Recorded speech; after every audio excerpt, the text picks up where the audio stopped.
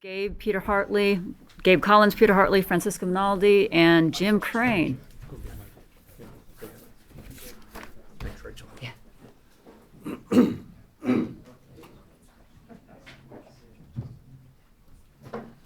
So while the rest of the group is getting mic'd up, I'm gonna just make a few comments. Jim, go ahead and have a seat while we wait. First, I gotta say, just a little pull a thread through what you just heard. I am literally one of the luckiest people on the planet because I get to work with some phenomenal folks here at Rice and at the Baker Institute. Rachel never talks about her background, but she could do probably a 1-hour lecture just on her career. If you want to understand the depth she brings to these conversations, ask her about her path because it is really phenomenal. Working in the chemical industry, actually handling hazardous waste, being certified to defuse explosives, working at the Department of Transportation in a leadership role at the Pipeline Hazardous Materials and Safety Administration, so PHMSA, for those of you who know what that is. Just really interesting background, a lot of dynamism she brings into these types of conversations. And then up here on stage with me, just by way of background for me, I was born in Lubbock, Texas, and have lived in Texas my whole life. So kind of unremarkable in many respects, but I'm, next to me is Jim Crane. He leads our program on geopolitics and energy in the Middle East. Also is co-director of our Middle East Energy Roundtable. Spent a good chunk of his career in the Middle East, on the ground, doing all sorts of things that would be eye-popping to many of you if he shared them with you, but he always does it with a laugh, so it's kind of fun to hear those stories. And then Peter Hartley, who hails from Australia, was actually one of my advisors on my thesis, my doctoral thesis, so it's good to still be working with him in many respects, but was instrumental actually in one of the first liberalization efforts in electricity markets globally in Australia. So he brings a lot of really interesting depth into those conversations and has actually written books on conservation and how economists can actually approach that through a different lens, which is kind of fun to hear. Gabe Collins, of course, is a child of the Permian Basin, but escaped and went to Princeton, worked at the Naval War College, got a law degree at University of Michigan, so he's been kind of all over the place. And I think you'll hear a lot of that come out in what he says today. And then, of course, Francisco Minaldi, who has forgotten more about Latin America than I'll ever know. He's definitely a go-to on these things, and his career is sort of equally interesting. So what I'm just highlighting here, and this is just half of the folks, the regular fellows, hopefully gives some resonance to what I said about how cool it is to work here, because I get to interact with these individuals all the time. What we're going to do is bring in this panel discussion a bit of international perspective into the discussion of sustainability, but it's more than just an international perspective. It's also, what are the drivers of different perspectives around the world on sustainability, and how do different regions approach achieving what they would define as sustainable outcomes. So one of the things that Rachel didn't mention, but when we launched this initiative 15 months ago, one of the pieces we actually published, she and I actually co-wrote, was actually received really well. We didn't honestly know how it was going to be received, but we received outreach from different sustainability institutes that had long been established all over the country, saying, you just hit the nail right on the head. How did you think about this? How do we actually replicate it? What can we do to collaborate? And the idea that we put forth was really very simple. It's you have to recognize trade-offs. You have to recognize that, yes, environmental sustainability is a very laudable goal, but there are also social and socioeconomic dimensions to it, just as there are commercial and financial dimensions to it. And you heard that in the previous conversation, which was phenomenal. You have to have well-developed supply chains to support any endeavor. That's really what it boils down to. And if you can't develop those supply chains, you ultimately run the risk of cost overruns and inability to execute, and then you have no commercial or financial legs to stand on, and the whole stool falls down.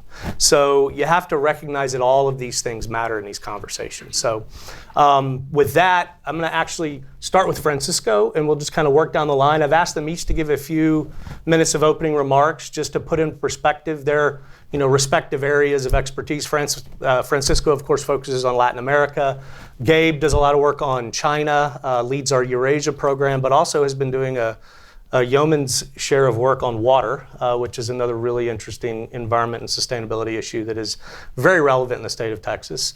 I've asked Peter to talk a little bit about what he sees through the lens of sustainability, conservation, electricity market evolution, et cetera, and maybe even leaning into a little bit his own history in terms of engagement in Australia. And then Jim will speak a little bit about the Middle East. So Francisco, please. Sure, thank you.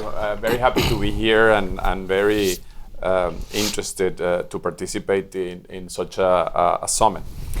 I wanted to illustrate a little bit how different regions of the world have different sort of sustainable objectives and goals, and they actually should have different, because let me illustrate it with the energy sector, which is of course the area where we work on. I mean, regions have very different characteristics, for example, in terms of emission profiles, in terms of energy matrices, in terms of level of economic development, in terms of other measures of the economy, like inequality, poverty, etc.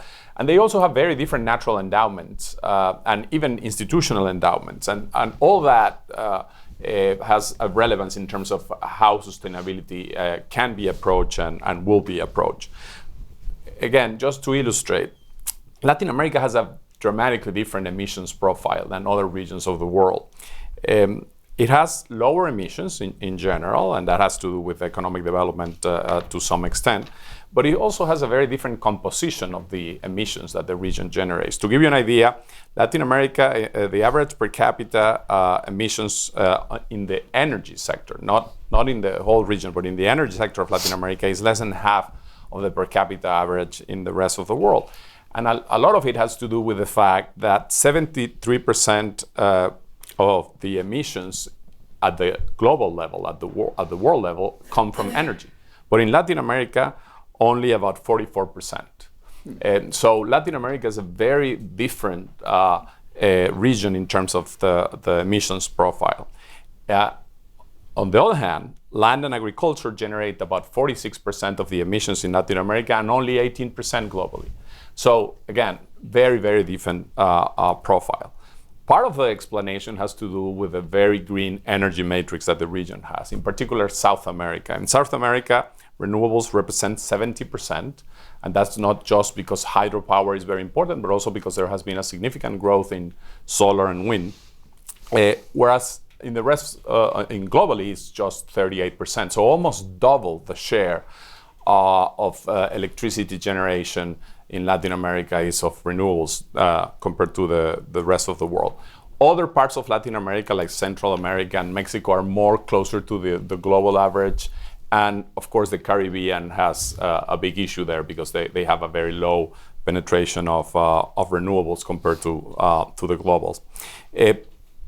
Latin America, of course, can also be a significant carbon sink and should play that role. But as I mentioned, so far, there are important issues with the land management and agriculture in terms of emissions. And also the region has had, even though the energy, the power matrix, energy matrix is very green, it has had a lot of difficulty reducing the dependence on fossil fuels in the transportation sector. So basically, there has been very little decline in the amount of fossil fuels used for transportation. Of course, the region itself is tremendously heterogeneous. As I illustrated, the Caribbean is completely different from South America, and so that also affects the type of sustainable development goals that countries can have. In addition, as I mentioned, this is a region with a very significant endowment of both hydrocarbons and critical minerals, and that both have tremendous implications for the energy transition and for sustainability. In terms of oil and gas, a lot of countries in the region are heavily dependent on hydrocarbons. And the region has the second largest hydrocarbon resources behind the Middle East. And so that's a reality. And in terms of,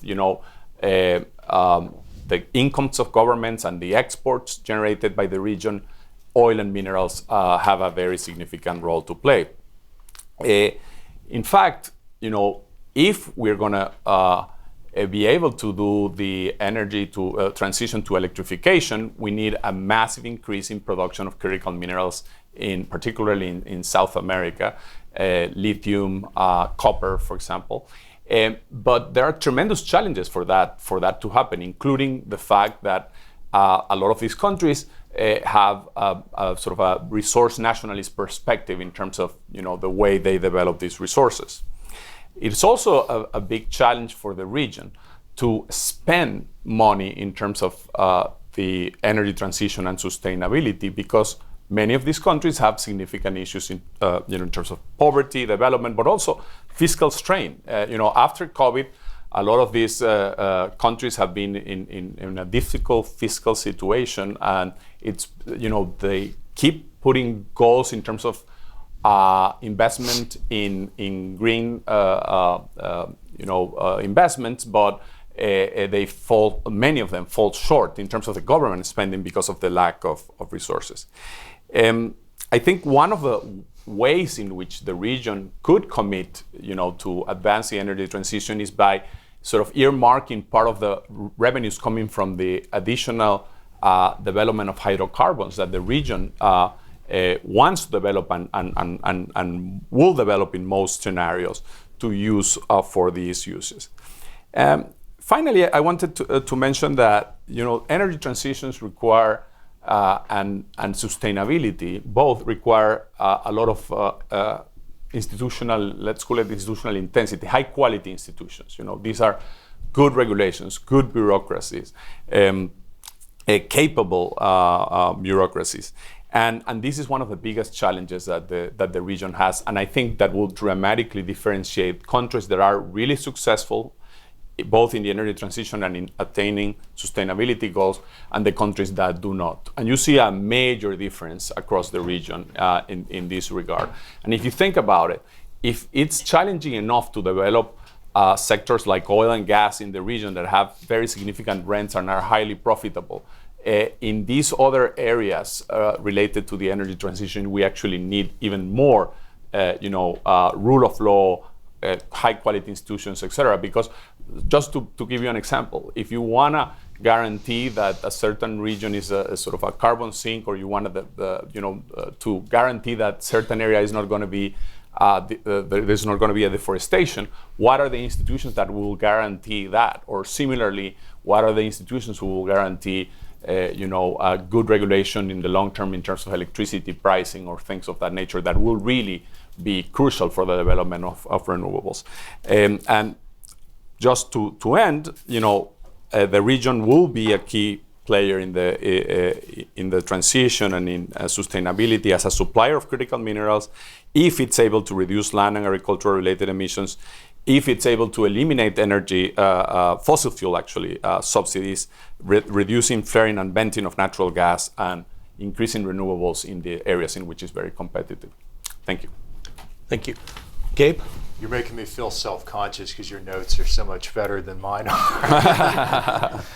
But I as we talk about China, I think often we think of sustainability, there's kind of a collaborative flavor to it, especially when we're talking in the US or Europe. But, with China, it's all about competition. I mean, we're looking at somewhere where the fundamental driver of change is really a securitized industrial policy. It's so different than, for instance, what we've seen here. Because if you think about some of the areas where particularly the energy space has really changed dramatically over the last 20 years in the world, what one is here in North America as a product of the shale boom, but this was really something that was fundamentally a private enterprise. You brought together good rock, really deep capital markets, a risk-taking energy development culture, and so forth. And we've gotten really good results from that. China's been much more of a methodical industrial policy push. And one of the things that's really interesting is you see this massive simultaneous growth in coal and renewables. I'm not going to overwhelm you with numbers. I've actually put up a slide deck on LinkedIn if folks want to click through later that basically will go more deeply into some of the things I'm going to outline here. But it's basically a coal-backed portfolio approach where if you think about how the U.S. does energy, for instance, you can really distinctly see the oil stream, which is transportation, and you can really distinctly see industrial heat, and then you can distinctly see electricity. China's becoming, it's not two-dimensional yet, but it's maybe 2.5-dimensional, where you actually see a lot more electricity overall now being used than oil. You'll see me call China an electrostate in some of my research. You still see the industrial heat end, but what you really see that's interesting is the extent to which electricity has become a road mobility tool. We're at a point now where some months you'll see almost 1 million EVs sold in China, and you're starting, it may be slightly early to tell how this is showing up in the overall oil demand trajectory in terms of erosion, but we've definitely seen gasoline usage start to flatten off a little bit. China's nearing the point that if you look at Norway, when it started to have oil products demand turnover in 2018 and 2019, passenger EVs were about 13% of the vehicle fleet, and China's actually approaching that point now. So what we have is basically this portfolio approach where here oil is the road fuel, there potentially anything that can make electrons is increasingly a road fuel. And so you have a almost terawatt and a half of coal capacity installed, but you have well over a terawatt of wind and solar now. And the kind of relationship that we have between gas and renewables here, where gas underpins and balances that intermittency, we see the same thing in China, but with coal instead. You also see really epic scale hydrological engineering, moving water from southern China where it's wetter to northern China where it's drier, but where they also have some of their best farmland. If you think of the way that like Iowa, Illinois, Indiana and Nebraska are to grain farming here in the United States, that's what the North China Plain is there. And that's one of the reasons we've seen these projects where the expenditure data at this point suggests anywhere from 35 to maybe as much as 70 billion US dollars have been spent. And we're talking cubic kilometers per year of water moving north.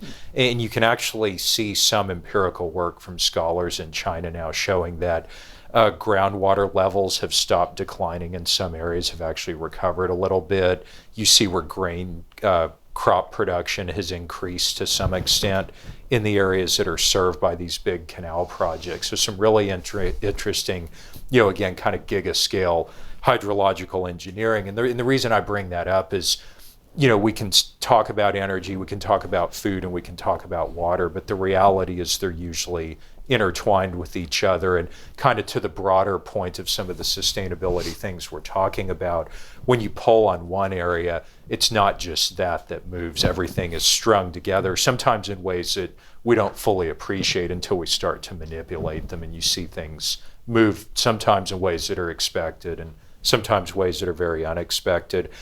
I think as you watch all this unfold and you think about this from a more sustainability perspective, climate adaptation has become very central to what you see the party doing in China when it comes to infrastructure investment, when it comes to some of the longer term goals that they have. And what's interesting about this is, at its core, any sort of authoritarian or communist system the ultimate ideology is about maintaining power, but you get kind of these ironic side effects here where you get this very pragmatic, in many cases, engineering-based approach to food, energy, and water issues. And so it's very different than, for instance, what we've seen over the last 15 or 20 years here, or what's gone on in a lot of Europe, for that matter, where you get this mix of kind of engineering competing and sometimes trying to coexist with ideology. And there, you get something that's maybe much more engineering-centric. I think as a final point, when you look at, again, and this comes back to the collaboration versus competition, China is very much doing what it takes to secure its position on the energy side, It's the world's biggest energy system. It's the world's biggest food system. And it's one of the world's biggest water systems. But as they do things within their own borders to bolster their own security, you see big effects ripple out both into adjacent countries in the region and also in the case of coal-related emissions globally. I guess that maybe the chief example of this that is really stark on the water side is I've looked since, and this is in the slide pack I referenced earlier, I've found a series dating from 1960 almost to the present of readings of Mekong River levels in Thailand after the river crosses the border out of China. And what you see historically is kind of this undulating pattern where you'll go down in the dry season and you get these big flood pulses during the wet season.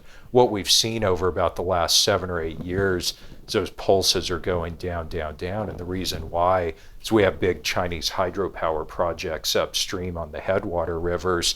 And so as China gets a source of energy that helps it manage its energy security, helps it manage its emissions profile, creates real externalities for the folks downstream. And it's just something that I think is emblematic of a lot of broader, steps and impacts we see there. But, with that, thank you. Peter. Okay, so Ken mentioned from Australia. I have something to say about a few Australian issues, but the other thing is I'm an economist. So I was going to start out by making a few comments about the whole idea of sustainability from the perspective of an economist. So I've just been teaching some of this material in the environmental economics class, but there's actually both an economic and an ecological background to the concept of sustainability. So from the economics side, we talk about sustainable, or if you like, unsustainable monetary and fiscal or exchange rate policy. The example with fiscal policy is, if you have huge budget deficits financed by selling bonds, interest payments go up to finance, and the interest payments become a bigger and bigger part of the deficit. If you keep on going, eventually, the whole thing is interest payments on the debt, and you're trying to sell debt to cover the interest payments. It's unsustainable, right? In the end, all of your tax revenue is going to pay interest. Monetary policy, you try to maintain interest rates at an unsustainably low level. You have to expand the money supply to do it, but it leads to inflation, which tends to raise interest rates. Then you've got to expand the money supply even faster to try to maintain it. It's unsustainable. Or exchange rates, you can have try to maintain an exchange rate at a level that's not equilibrium. You have to use your foreign currency reserves, sell those to try to maintain the exchange rate. Eventually you run out of foreign exchange reserves. It's not sustainable. On the ecological side, we talk about a sustainable yield with fisheries. So, the idea is of course, if you try to extract or try to fish or catch too many fish from the fishing population any one year, you deplete the breeding stock, and there's not enough young fish around, and eventually, if you don't have enough recruitment of new fish, the whole fishery collapses, like we've seen in various parts of the world, including some in New England. But from an economic perspective, all of these ideas are really a constraint. Saying that the monetary policy, fiscal policy, exchange rate policy, or fisheries policy has to be sustainable doesn't really tell you what you should be doing. It really tells you what you should not be doing. And it's really a range of things that we're saying could lead to unsustainability. So it's not really a goal. So a lot of people treat sustainability as a goal. But from an economic perspective, it's really a constraint. So, something else is really a goal of what you're trying to achieve. But sustainability, and what is sustainability from that point of view? It's a constraint. Often in all these examples, you can do something unsustainable, but only for a short period of time. Or perhaps, depending on what it is, for how long. So it's like a long run constraint on the sorts of activities that you can do, okay? And it's only one constraint. There are also technology constraints and other kinds of constraints too, but it's not really satisfactory as a goal. Moving on to electricity, I want to say something about electricity, which is a lot of the research I've been doing, as Ken mentioned, for quite a long time. If you want to think about a sustainable electricity system, you have to really, a really important thing to take into account is that at all times you have to have a balance between supply and demand in the electricity system instantaneously. A lot of people don't recognise that. And so if you add generation to the system that's uncontrollable, you need something else that's controllable. Otherwise, the generation you're getting from the uncontrollable capacity is not worth anything. It's not worth anything. It doesn't matter how much electricity I generate from a wind farm. If I can't deliver it to the customers, it's actually worthless. But to deliver it to the customers, I don't just need the wires. I need a whole system that's continually balanced. And so it's very important. I think it's been a big problem with thinking about unsustainable electricity systems, that we've been making choices about generation capacity that's kind of based on, I don't know, whether you feel good about it almost, rather than the technical kind of considerations you need to make sure the system is going to operate. Picking up on that, in one respect, I'm going to go back to something that Francisco said. He mentioned in Latin America that one of the fortunate things they have is a lot of hydroelectricity. And one great thing about hydroelectricity, particularly when it's based on stored water, is that you can use that water at different times. And so it enables you to balance the system not only at a moment in time, but to balance it over time. So it's incredibly valuable. And actually, if you look around the world at different economies and you see which countries are using the lowest amount of fossil fuel in their energy system, one thing really sticks out is that a lot of the economies that have a much lower share of fossil fuels have enormous amount of hydroelectricity, particularly hydroelectricity based on stored water. So it's a great resource for not just an energy system that uses that's less emission intensive, but also one that's very resilient, because hydroelectricity is able to make sure the system's always balanced and so on. The other thing that sticks out is that the other countries that don't have a lot of hydroelectricity have a lot of nuclear. Why nuclear power? Because you get an incredible amount of energy per unit of capacity. Okay, so the energy density really matters. And when you're thinking about all of the side consequences of using energy, producing energy, using energy and so on, it's cost per unit of energy, it's land use per unit of energy, it's water use per unit of energy, it's material intensity per unit of energy, emissions per unit of energy. And the point is, with nuclear power, it's so energy dense that you're dividing by a huge number. And so all of these things per unit of energy are very low, so it's not surprising that, apart from the ones that have a lot of hydroelectricity, the next biggest ones, or the next smallest in terms of use of fossil fuel, I would say, are countries that have a lot of nuclear energy. Final thing, I guess, I want to say something about, come back to Australia. So Australia has a lot of sunshine. Okay, it's a very, very sunny country and so on, and people talk about how Australia is going to become a superpower of energy production from sunshine, and everyone looks at, they say there's a huge, big desert area, a lot of sunshine and so on, huge demand for electricity, energy I should say, not very far away. Energy's free, people say in Australia, all this free sunshine for free, and then we've got all this huge demand in Asia for energy. People are paying a tremendous amount. It's a no-brainer. We should be producing a huge amount of solar energy. Big problem is you have to get that energy to where you want it. Again, you've got to get it to market, right? And a huge amount of capital is needed to do that. And a lot of that capital, so you have to invest in all the solar plants and so forth to produce electricity from the solar energy. Then in order to get it long distance away, you have to convert it to something you can transport. So people talk about hydrogen or ammonia or something like that. But then in order to produce that, you need water. There's not a lot of water in the desert. So you've got to transmit the electricity to the coast, okay? And then you've got to build all of the electrolyzers and so on to produce the hydrogen, and the plants to produce ammonia, if that's how you're going to do it, the ships to ship it and so forth. And a lot of this capital is actually being used very inefficiently, because you're only using it when the sun's shining, not the whole time, okay? compared with, let's say, nuclear, which you use 24/7. So when you take account of all this, it's actually not very cheap, and it's not very, doesn't make a lot of sense as an economic proposition. The other remark I want to make with solar is there's another aspect in which the way that we price electricity can have a big impact on the resilience of the system or the long-run sustainability of the system. So people have heard about the duck curve in California. That's where you have a lot of solar energy produced in the middle of the day, and you end up with the demand for electricity from the rest of the system. You draw a line of what that looks like. In the middle of the day, there's a huge drop, and people talk about the belly of the duck curve. Well, in a sunny country like Australia, they're in the situation where the belly of the duck curve is hitting the ground.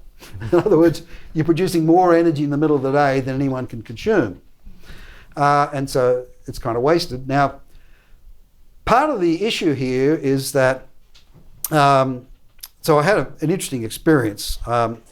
In part of Australia that's extremely sunny, one of the best places in the world for producing electricity from solar energy, there's a huge mining project by this company, BHP Billiton.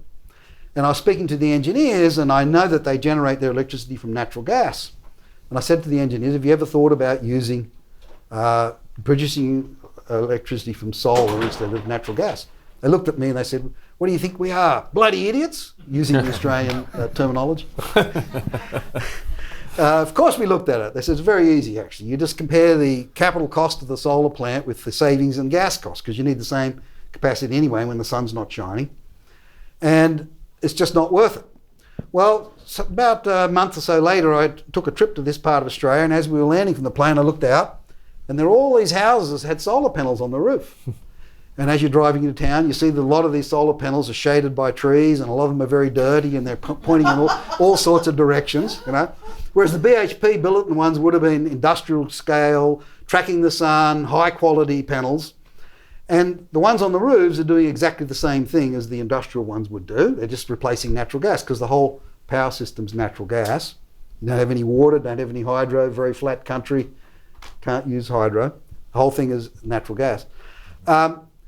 So the question then is, BHP just told me these things don't make any sense, and here I am seeing them on everyone's roof. What the hell's going on?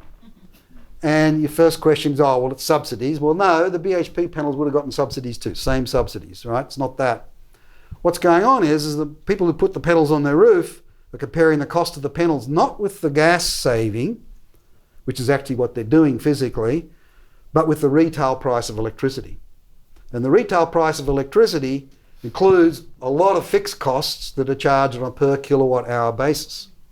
So as far as they're concerned, when they put these panels on their roof, they're saving themselves on a whole lot of fixed costs, but they aren't, because all the fixed costs have to be incurred anyway, because they want to draw power 24/7 and the panels don't work 24/7, right? So BHP will be making the correct calculation, saves us on gas, compare that with the capital cost, but the household is making an incorrect calculation because the system is not charging prices in the correct way.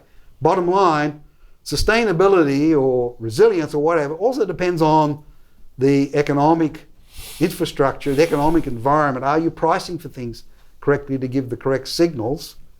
If you're not, the system's not sustainable. As in this case, more and more people who leave the system and put panels on their roof leaves fewer and fewer to be paying the fixed costs. The prices go up for them. More want to leave the system and put the panels on their roof. Cost goes up for the ones that are left. It's unsustainable, right? There's an unstable feedback. It's an unsustainable system.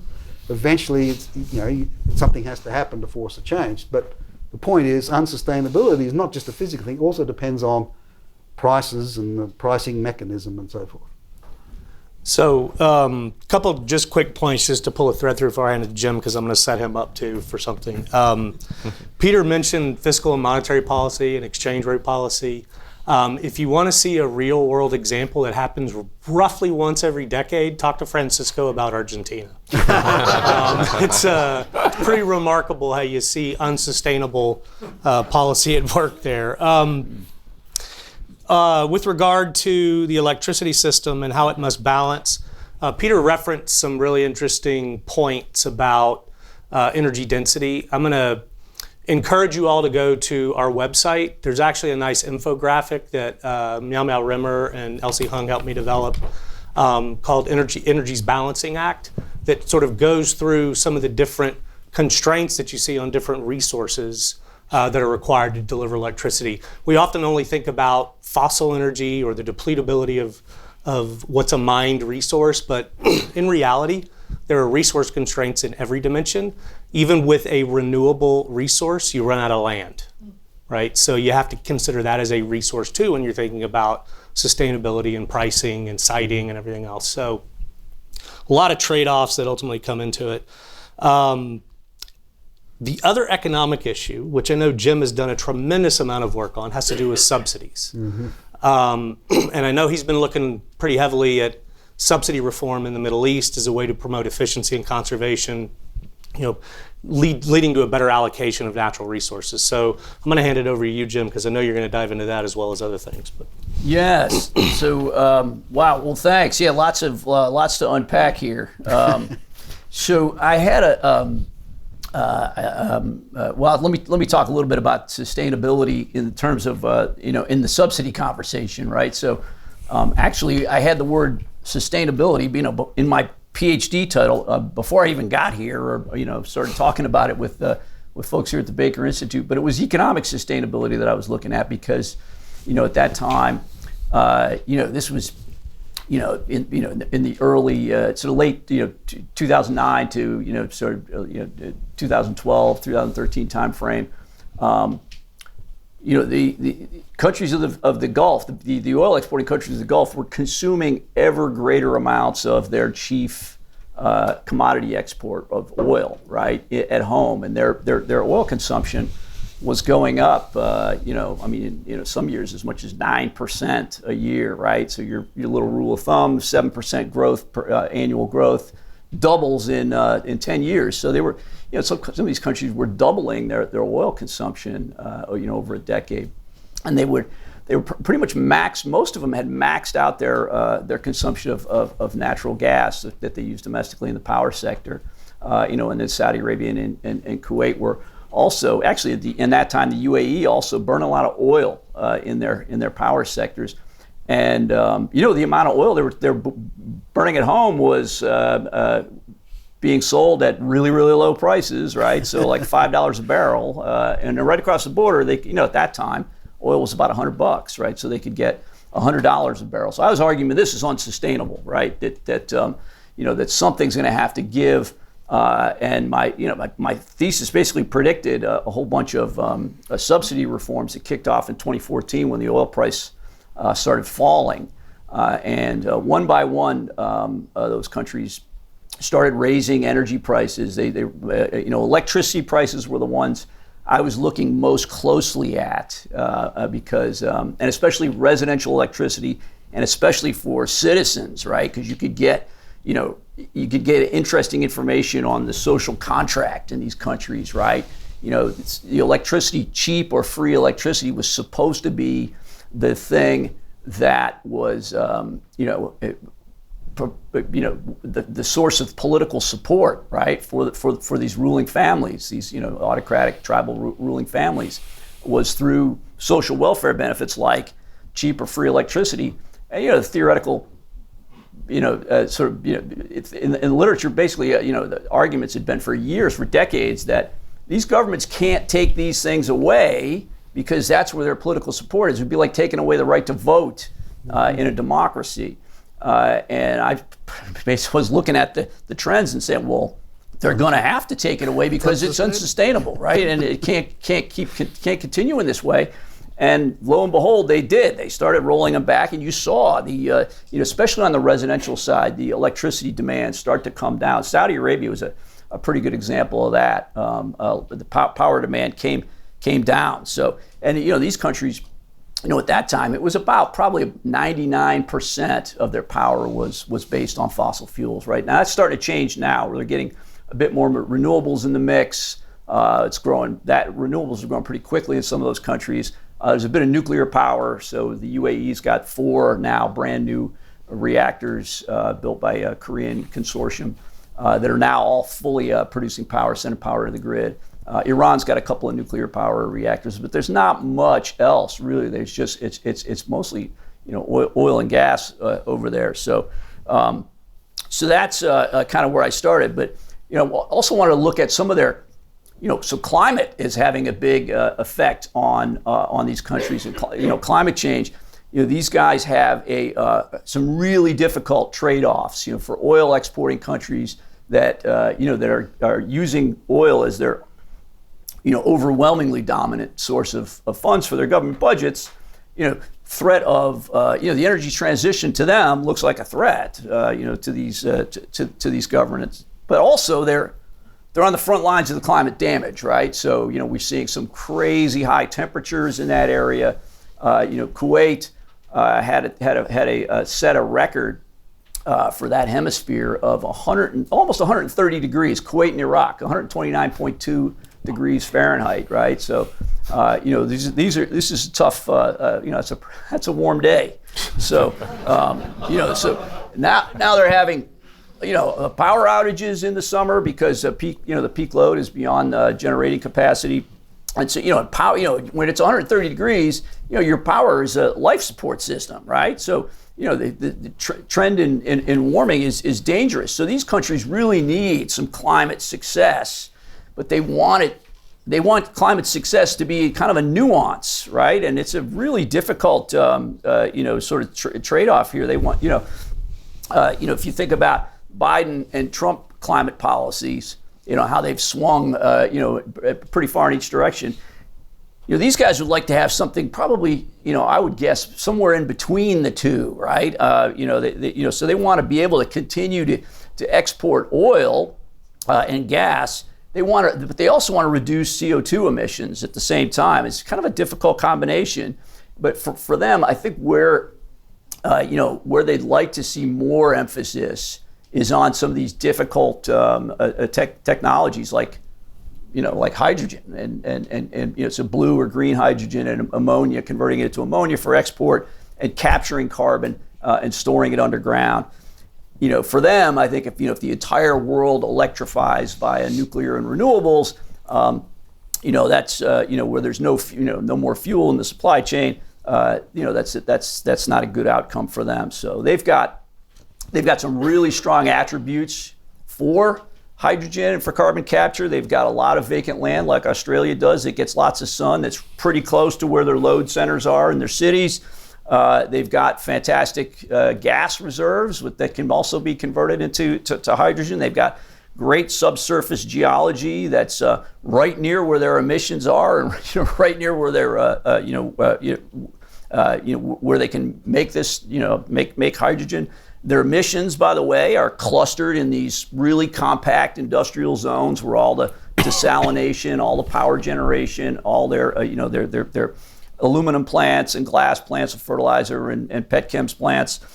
They've got investment capital in these countries. They have sovereign wealth funds that can do this, and they've got autocratic rule, which unlike countries with like ours, it's really tough to make long-term policy with these sort of short-term election cycles. In a lot of these Gulf countries, they have the luxury of being able to make long-term policy making.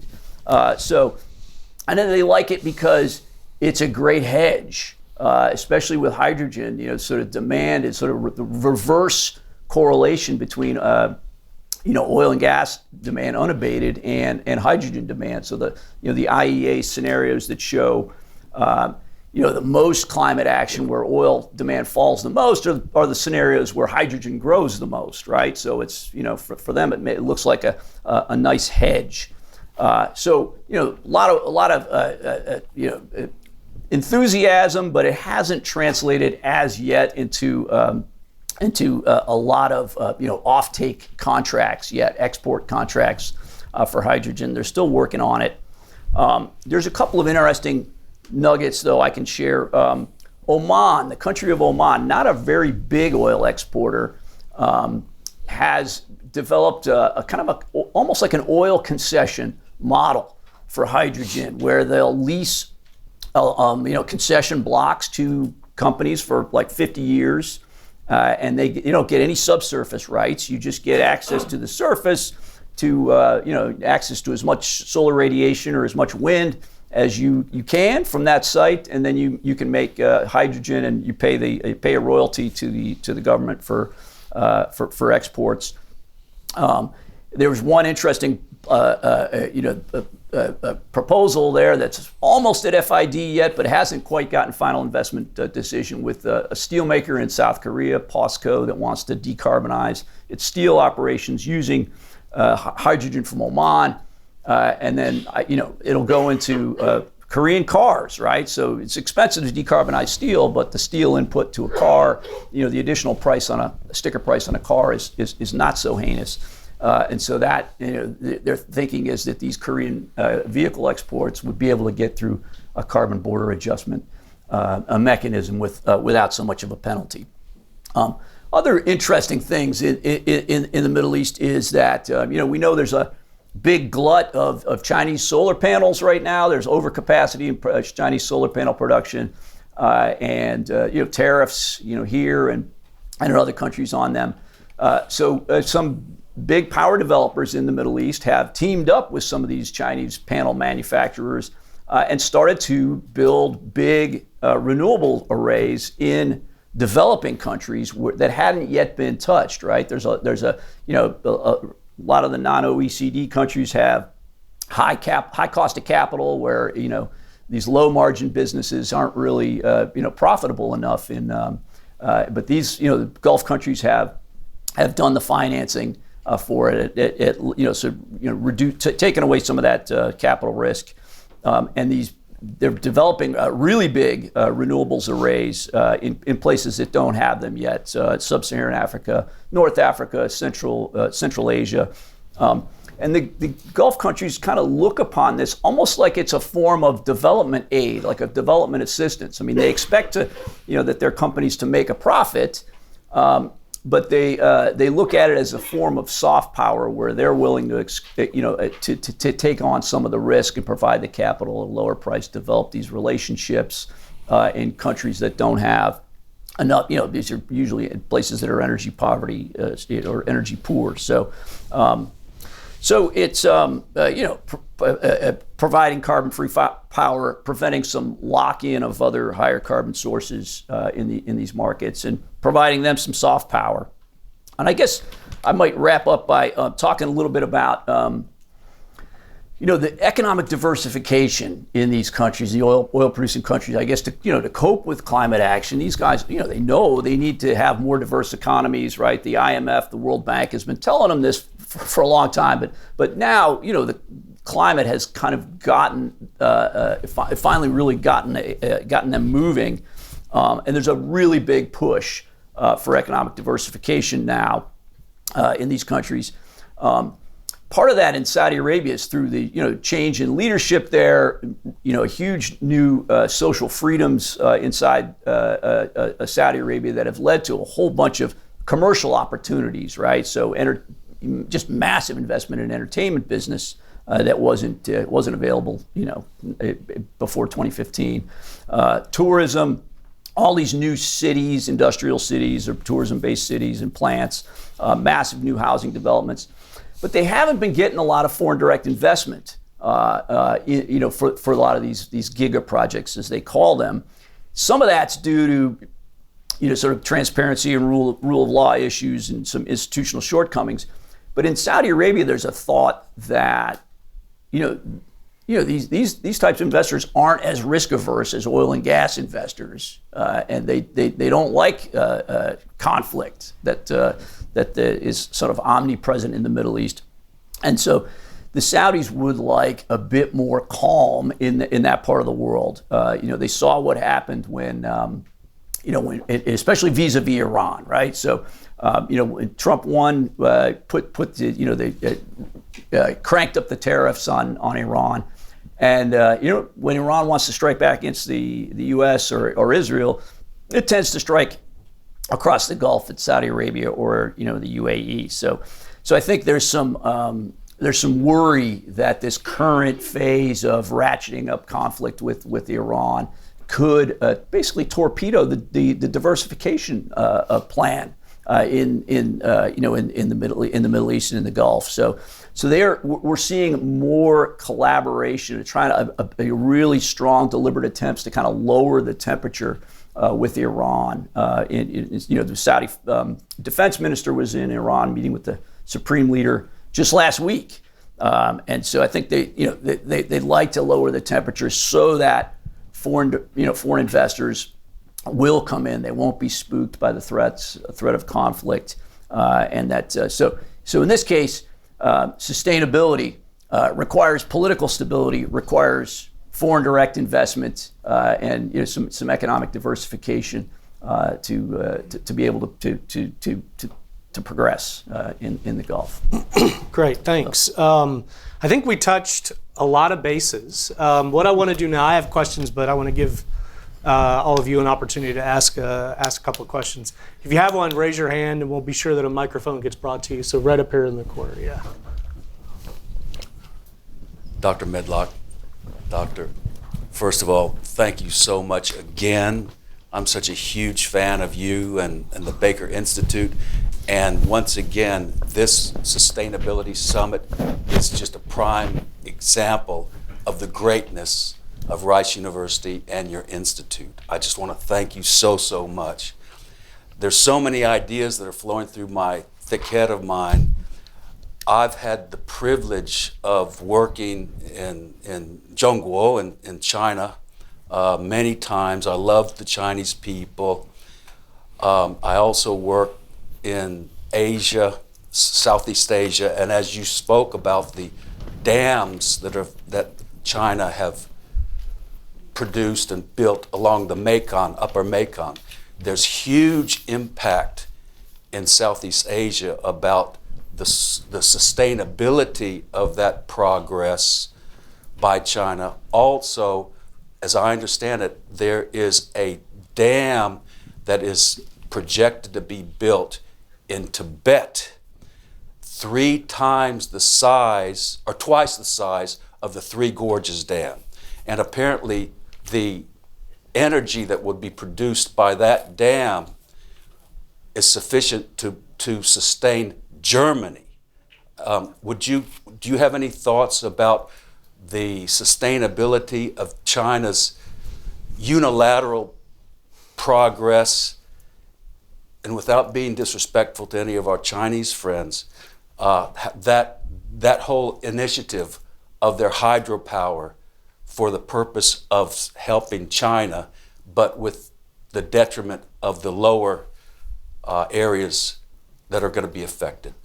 Thank you. It's an enormous issue. So we're actually doing work on it now. We're hoping that later this year we'll have a foreign affairs type article looking at the effects of some of these cross-boundary rivers and what the Chinese are doing in the headwaters sections. Because Southeast Asia gets huge attention because you think of the Mekong. I mean, you look at like Tonle Sap and some of the areas downstream in Cambodia and Laos, for instance. People's fishing livelihood depends massively just on that single flood pulse. And if that's held back by dams upstream, you have millions that are affected just in one fell swoop there. But it's not just those rivers. You reference the coming out of Tibet there. I believe it's Brahmaputra headwaters. Yes. And this is also an issue with Kazakhstan and Russia. With the Irtysh River, the Kazakhs and the Russians are quieter, but I've actually gone and mapped the canal infrastructure out in Xinjiang that they're using to divert water. And you think of our Central Arizona project here. They've got the equivalent of probably multiple of those at this point, and they're very non-transparent. You have to just go use satellite imagery to find it. But we'll be digging into all of this, and we're developing our data streams now. And it's not only affecting the Mekong Delta, the whole Mekong tributaries. Cambodia is being affected. It's an enormous impact on Southeast Asia. And do you foresee any resolution, any multilateral resolution? Are there any discussions that can be properly leveraged to take into account all of these multi-variables that are affecting so many lives? I'm not optimistic on that. I mean, if you think of the Chinese foreign minister, when Yang Jiechi was foreign minister in 2010, there was a dispute in the South China Sea, and his literal words at an ASEAN meeting were, "We're a big country, you're small countries, and that's just how things are going to be." And so when you take that, and also, frankly, when you look at how the party operates within China itself, look at the process with Three Gorges Dam, look at the process with any other big hydraulic engineering project, and it's just very different than, you know, the way we would do things here or in Europe, or if you go totally outside of a Western context, you know, to Jim's part of the world, you think of, you know, the consultative process that leadership will often try to go through. Sometimes that'll happen in the PRC, but if it's something that's seen as a national development imperative, you know, basically, if you're not for it, get out of the way, and that's the operating So system. we're going to take one more question. If you have any questions, we're going to do a break right after this. So please feel free to come up and talk to everybody individually. So please. Hello, my name is Mariangela Capello, and I wanted to change gears here and ask you about the talent. I mean, in your regions, the education, the academia. Is academia changing to include these economic, social, and sustainability concepts at once in Latin America, in China, Australia, Middle East? You want to start, Francisco? I haven't thought much about this issue, but I think we in the region don't have this holistic view of sustainability that I think is required, and so it's either seen through a purely sort of environmental lens, but not incorporating all the different sides of sort of the different factors that Rachel has so interestingly developed. So I think we are a long ways from doing a much more integration in terms of the different disciplines, you know, from an economic perspective, from an environmental perspective, from an engineering perspective, to really come up with more useful you know, tools in terms of development policy and sustainability in the region. Of course, it's not fair to generalize, because there are countries in which these things are in a much more advanced level than others, and there are countries in the region, you know, like Chile, Uruguay, or Costa Rica, Colombia, in which these things are taken much more seriously than others. But I think we are a long ways from it. So just for China specifically, there's incredible emphasis on the science and engineering front. I'm not sure so much on some of the social sciences side. I guess at a macro level, one of the interesting issues that your question raises is it's not just about what goes on within a set of universities in a given country. It's also about the nature of global talent flows. And I think some of the events we see going on here, you know, really change the nature of that, and not necessarily in a way that's beneficial. I would say when it comes to academia and so forth, it's probably similar in Australia than it is here. But rather than that, I would, though, point to things like two industry sectors that are very big in Australia, of course, are mining and agriculture. And in those cases, for example, in the mining industry, it's now absolutely standard. All mining companies have to rehabilitate the land after a mining project. They have to put aside funds at the beginning sufficient to do that, and one of my nephews actually works in that industry, sort of helping rehabilitate mines and so on.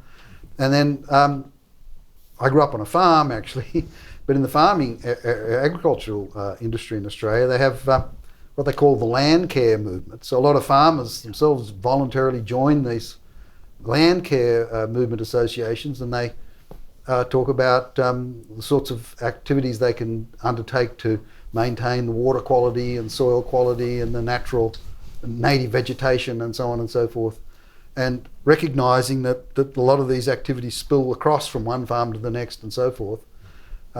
So, I mean, I would say a lot of these kinds of activities at the industry level I would point to, rather than necessarily what's going on in a university. Yeah, I mean, education in the Gulf has come a really long way, really, really quickly, right? So, I mean, there's people alive today that were like my age who went to school under a tree, right, learning the Quran, right? So that was their, that's how they went to school. And that now they might have a PhD, right? I know a guy whose parents are totally illiterate, and they can't write or read, and he's got a PhD from Georgetown, right? So like huge leaps in a single generation of educational attainment. So there's some really good universities now in the Middle East, and I deal with them all the time in my work. I mean, I collaborate. I go to conferences with them. I do. And there's a lot of great quantitative skills, especially. Typically in autocratic countries, you don't see a lot of political science majors. There's not. You don't have courses in investigative journalism, things like that. So it's a little different, right? But still really high quality stuff. I worked briefly in the Dubai government, and when I was there, we used to lean on academics all the time. We used to lean on consultants a lot, right? So we brainstorm with consultants, brainstorm with business heads in the community there, but also with academics. We're always bringing in academics. Flying them in from wherever, or sometimes from neighboring countries that have good universities. There's great branch campuses of universities from the UK, the US, Australia, and other places, Singapore, in these countries that are doing really good work. So yeah, I mean, I find it lots of resources, depending on the country, being invested in education right now.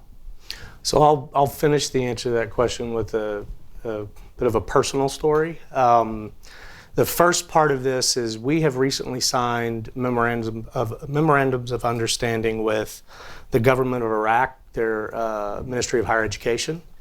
We are in the process of completing one with the Directorate General of Hydrocarbons and the Petroleum Ministry in India. We have an MOU in place with the Universidad Antofagasta in Chile. An interesting thing about all three of those is they have a very heavy environmental focus. So there is a very strong interest in understanding the trade-offs that are present, because without a doubt, in all three of those countries, mining, hydrocarbon energy sources, they're going to remain in play. They're not going away. But there is a tremendous amount of interest in figuring out how to actually reduce the carbon footprint of energy systems. And that is literally, in all those cases, all of the above approach. So we're talking about efficiency, conservation, new technology, you name it. The other thing, and this is related to Saudi Arabia, I actually sit on an advisory council at the CAPSARC. It's the King Abdullah Petroleum Research Center. Petroleum Studies. Yeah, Petroleum Studies, yeah. They have launched a School of Public Policy in the kingdom. And it's really interesting because the genesis of that was they got tired of, and this is, the head of CAPSARC is actually Prince Abdulaziz, the oil minister, right? They got tired of the advice they're getting from consultants they bring in from abroad, and they realize we have all this tremendous talent. Why don't we just develop our own human capital base to tackle things that have cultural relevance, right? So they fit socially without resistance, and that is forward-looking for the kingdom, right? But that's the kind of evolution you're seeing in thinking. And so, yeah, there's a lot going on in different places around the world. And, what we're doing here with, I'll just say this, with regard to student visas, I'll leave this with a parting thought. Does anybody know what the most effective long-term foreign policy instrument the United States has is? It's bringing people from abroad here to educate them. Sure. I'll just leave it at that. Oh,